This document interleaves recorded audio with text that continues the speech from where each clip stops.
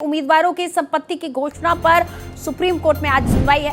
Form 26 में संपत्ति के खुलासे को और प्रभावी बनाने की मांग जनहित याचिका में उठाया गया है। गलत जानकारी का मुद्दा, फॉर्म में गलत जानकारी देने पर अयोग्य घोषित करने की मांग, चुनाव लड़ने वाले उम्मीदवारों की ओर से जारी फॉर्म 26 पर आज सुप्रीम कोर्ट में सुनवाई होगी।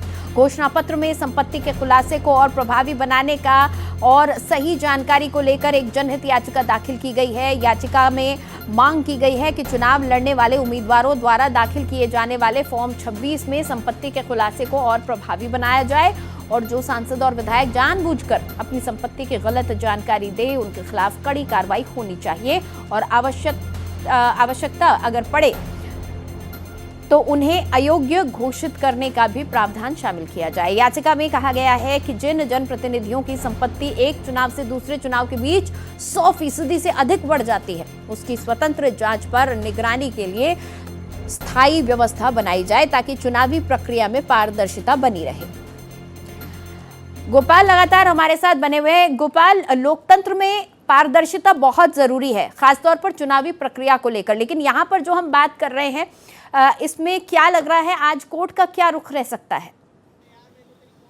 देखिए नीतिशा, पारदर्शिता को लेकर के सुप्रीम कोर्ट कई बार टिप्पणी कर चुका है, राज्यों का हाई कोर्ट भी टिप्पणी कर चुका है। इसी को ध्यान में रखते हुए एसएन शुक्ला जो पूर्व आईएएस हैं, उन्होंने सुप्रीम कोर्ट में याचिका दायर की थी और कहा था कि जिस तरीके से फॉर्म 26 को लेकर के जो है विवाद है और वो उसका पालन कड़ाई से नहीं किया जाता है, उसको ध्यान देने की जरूरत है और उसको और मजबूत बनाने की जरूरत है।